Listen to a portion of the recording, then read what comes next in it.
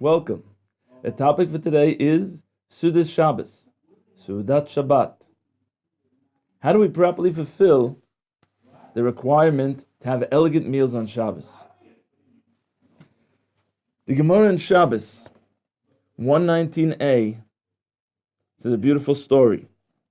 Omalei case of the Rabbi Yeshua. There was once a Caesar, a king, who said to Rabbi Yeshua ben Chananya, why is it that the scent of the food of Shabbos has such a strong scent to it? Omaloi, tavlin echad yesh lanu. Answer Rabbi Yeshua ben Chananya, we have a special spice. V'Shabbos shmoi. The name of it is Shabbos.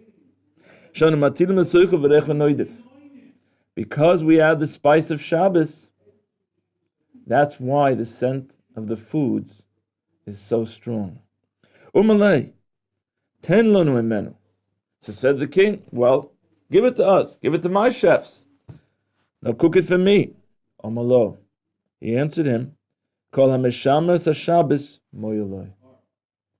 Only someone who keeps the Shabbos can actually enjoy the spice. So the question is, what exactly is this spice? It sounds very nice, the story. We have Shabbos and, okay, the Shabbos experience is added to the food. How does that cause the taste or the smell of the foods to be any stronger? The Prophet Yeshayahu Navi says, V'karosu l'Shabbos oinig. You shall have pleasure on the day of Shabbos. We know that according to Torah, all that's required of us on Shabbos is just to announce that the Shabbos is here at the beginning, and then to refrain from 39 prohibited acts throughout Shabbos. We don't really have any obligation to sit down to a meal, to eat, to sleep, to have any physical pleasure on Shabbos. Comes the prophet and says, V'karosu l'Shabbos oinig. You shall have physical, permissible pleasures on Shabbos. And the question is why? How does having physical pleasures on Shabbos help us any more to enhance our experience of a spiritual day? If it's true that Shabbos really is the most spiritual of the week, so it comes out that Shabbos is a spiritual day. Like it says in the Zohar HaKadosh, Yom Nishmasa. It's a day of the soul. So why should we spend time with physical pleasures? The Gemara in Rosh Hashanah 31a says, Omer Rav Katina. Rav Katina reveals to us, Shita alfa shana have alma. The world is here for 6,000 years. That means, at the present world as we know it, is here for 6,000 years. Afterwards, begins what's called the Elif Hashvi'i, the 7,000th year. In the 7,000th year, we then receive reward for all of our actions during the 6,000 years. So, we worship Hashem, we keep the mitzvahs, we keep the Torah during 6,000 years of the world as we know it. During the 7,000th year, the reality of the world as we know it will change. There's not going to be any more bad. There's not going to be any more difficult. There's not going to be any more cover-up. There will just be reward. And the reward will express itself through ultimate levels of pleasure. Shabbos is called Me'ein Olam Haba, a little bit of what's going to take place in the future. When is that going to take place in the future? In the 7,000th year. In the 7,000th year, we'll experience ultimate pleasure. There's not going to be any more difficulties, not going to be any more tsa'ar or troubles. But a little bit of that, Hashem gives us as a gift each and every week. Hashem says, just like the 7,000th year is the time for reward, so too, every 7 days, you'll have a day that corresponds to the 7,000th year. 6 days of the week correspond to the 6,000 years of this world. The 7th day of the week corresponds to the 7,000th year. During that time, God will overwhelm us, so to speak. He'll fill us. He'll satisfy us totally with ultimate levels of pleasure. And so therefore, if we even have a minute taste of this experience, it's going to include pleasure. Comes the Navi and says, therefore, on the day of Shabbos, you should be having pleasure as well. If you want to have a little bit of that experience, you want to experience a little bit of what's going to be in the 7,000th year, have pleasure on the 7th day of every week. But the question becomes, at that time, in the 7,000th year, certainly, it's going to be on a spiritual level. It's not going to be physical pleasures as we know them, as the Rambam says. According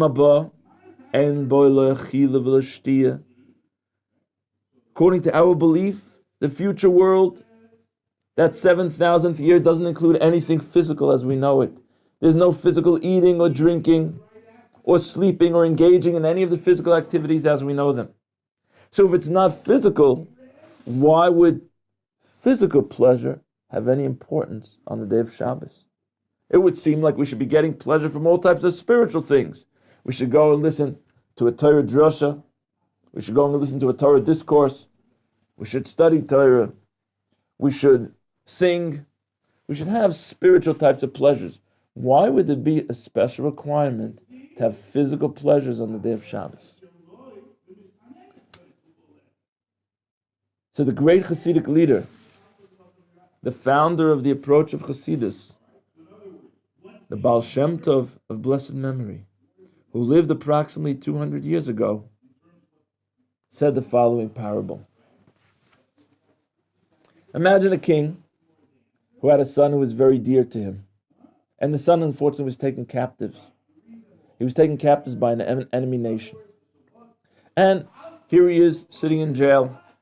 He's in some cell in some foreign country, and really alone with people who we could call nothing else other than lowlifes.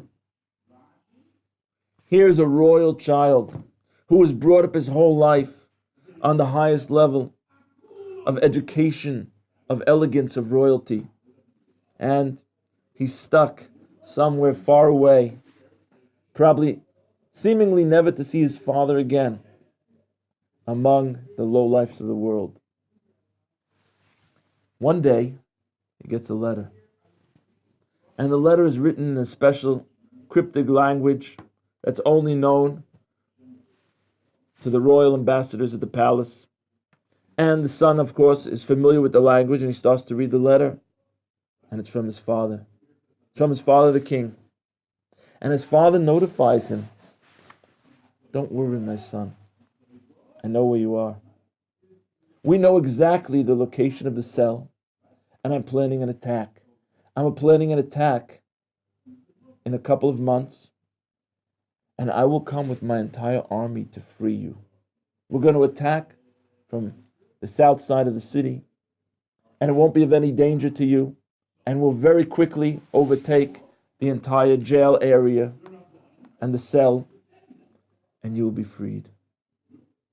Don't worry, my son. Just wait for the day." Son finishes reading this letter. He doesn't know what to do with himself. He thought that he was doomed for his whole life in this cell, and he would never be able to get out. And now his father, the king, is going to come to save him. His joy knows no bounds. He's come alive again. He doesn't know what to do with himself. He has to express himself. But if he would really express himself the way he feels, the people around would think he's crazy. Thinks for a minute he has an idea. Oh. He has with him a bottle of an alcoholic beverage, and he takes it out. He goes over to one of the guys next to him, to one of the people who's sitting on the floor, half asleep, shakes him. "Hey, you want maybe something to drink?" "Oh, drink, yeah, okay, sure." Fills him a cup, gives him a little to drink. He goes over to the next person, says, maybe you want a little bit to drink. Yeah, sure. Third person. And he gets them all to drink a little bit, a little more, a little more, a little bit more, a little bit more. And certainly during this whole time, they're waking up and they're becoming very excited. And one time, he stands up and he grabs their hands and he breaks into a dance. And they're dancing in a circle, and then the son starts to jump up and down and sing ecstatically. And all the people around him are also jumping up and down and singing ecstatically. Says the Baal Shem Tov, they're singing about their drink. The son of the king is singing about his father who's coming to save him. This is the idea in the pleasures that we have each and every Shabbos. The idea of having physical pleasures is really just to allow our soul to have the full pleasure of Shabbos. Shabbos really is a day of the soul. Our soul, that's the son of the king. Our soul senses the king of the world, is coming to save us from this dungeon of a life that we feel trapped by. The king says, I'm going to come 7,000th year. Don't worry. But he sends us a message every week. Don't worry. I could tell you for certain I'm coming. And the soul senses that. But the soul doesn't know what to do with itself, because it will be jumping up and down, as it really feels when Shabbos enters. Then the body's just not gonna participate. So therefore, we have a unique requirement to find physical pleasures on Shabbos. Try to do every type of permissible physical pleasure that's possible on Shabbos. Why? So that your body should become ecstatic. So that your body should have something to be happy about. And then, when they break into song together, when the body and soul start to sing together, the body's going to be singing about all of its physical pleasures. But the soul will be singing about the King of the world, who ultimately is going to come to save it. So we wanted to talk about how to fulfill this requirement of having elegant meals on Shabbos and having the pleasure in food that was required of us on Shabbos. The first point that we need to know is that the meals, halachically, are based upon bread. In olden times, the main staff food was bread, and the definition of a meal, according to halacha, was to eat bread. And so, since we're required to have 3 meals on Shabbos, each meal has a requirement of bread. What's the required amount? So, rather than telling you the number of grams, I'll just tell you practically how to measure it. If you take an egg and you have your bread, you have an egg on one side, the average size of an egg that we have today, and you have your bread on another side. The amount of bread that we need to eat is the size of volume of a half an egg. Approximately the amount of bread, that would be the amount of egg. That's not very much at all. But watch this. The air pockets in the bread don't contribute to the volume. So therefore, we have to eat more bread than actually a half a size of an egg in order to reach that level of volume. It's almost as if you would have bread and crush all the air pockets and see how much bread would actually fit in the size of half of an egg. That's the minimal requirement to eat at the meals of Shabbos. If we wash, and customarily we wash for Shabbos, we say a bracha, so then there's an additional requirement for washing that requires us to eat the amount of bread that's the size of a whole egg. And so therefore, ideally a person should eat at each meal the amount of bread that would fill in volume a whole egg. You could try to measure this before Shabbos, but it's essentially approximately a half or 3/4 of one slice of bread if you're eating challah, like we do on Shabbos. So you have to figure out that it should be at least the minimum requirement of what's required, and that needs to be eaten within 3 to 4 minutes. So, once again, the amount of bread, the amount of challah necessary to eat by each meal is the amount that's minimally a half an egg, but really the volume of an entire egg that's necessary to eat within 3 to 4 minutes. The second thing that we have to know in order to fulfill the pleasure on Shabbos at the meals is that a person should choose to eat those meals that he individually enjoys the most. Everyone has different tastes. Everyone has a different nature. Ideally on Shabbos, we should eat those foods that really speak to us the most.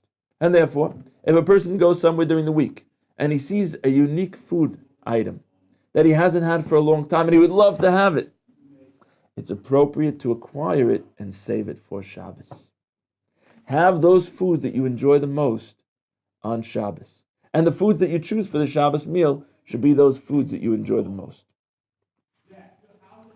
The third point of how to experience the pleasure on Shabbos through eating is that halachically we're told that the day meal should have even more importance than the night meal.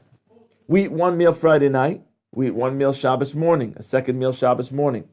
The meal Shabbos day should have even more importance than the meal Friday night. That means that if we have all these special foods to choose from, and I'm not even sure what meal to eat it at, better that you leave more special foods for the day of Shabbos. The idea being is that Shabbos does not remain on one plateau level.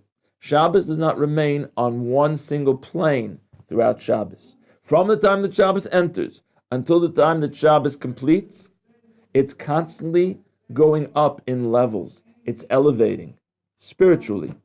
And so therefore, when we start out on Friday night, Shabbos is at its lowest point spiritually. Afterwards, we continue to go higher and higher. Once we reach the day, we're on a level of ascent. And so therefore, the day meal should have even more than what you have at the night meal. Many people, if they have similar types of foods, they make an extra special food that they set aside just for the day meal. So let's review what we learned today. We want to get practically what to do in a very clear way. Number one is that the minimal requirement for a meal, according to halacha, is to eat the amount of challah that's ideally the size in volume of one egg, or at least a half an egg. Number two is that the foods that we eat at the meal should be the most elegant and delicious and enjoyable foods to us personally that we have the whole week. Thirdly, is that if we have an extra special food, we should leave it for Shabbos day if we have a choice between Shabbos day and Friday night. We'll just finish up by mentioning that customarily there are certain foods that Jewish people have engaged in making throughout the generations.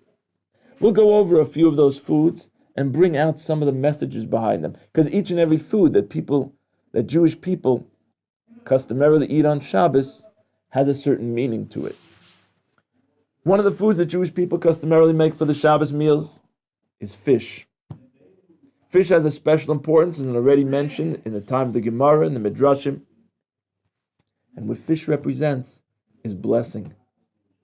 Fish have a tremendous amount of offspring at one time. It's blessing. As Yaakov Avinu said, "V'yidgu l'roiv b'kerev ha'aretz." Your children should multiply as fish. Number two, fish have special protection. They're underwater. They're protected underneath another surface.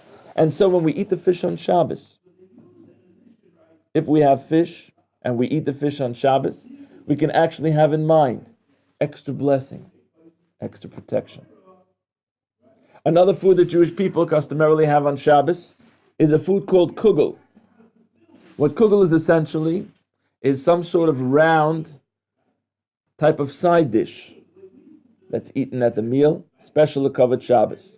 It can be made from potatoes, it can be made from apples, it can be made even from flour. Kugel is a very special Shabbos food. What does it represent? It represents to us how the world goes around. We're in a circle. There's a starting point and there's an ending point. There's the point that God created the world, and there's a point where God will reward us at the end of days. And then we're in the middle. So everything goes around. The kugel represents how the world will ultimately come around to the 7,000th year. The kugel also represents the special manna food that the Jewish people had in the desert. Why?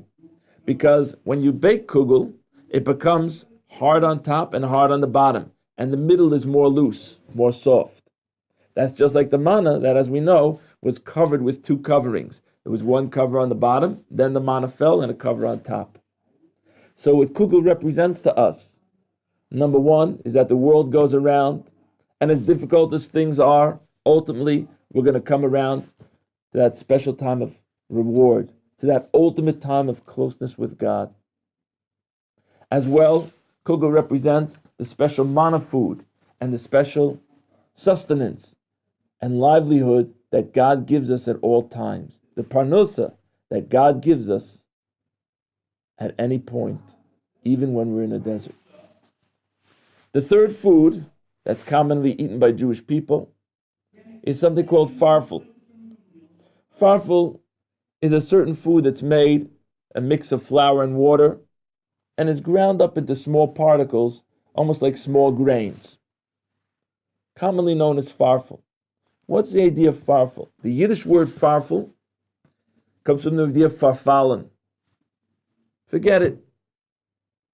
And what it represents is that when it comes Friday night, it's a time to go back and think back not only to the good moments during the week, but even those moments that might have been difficult.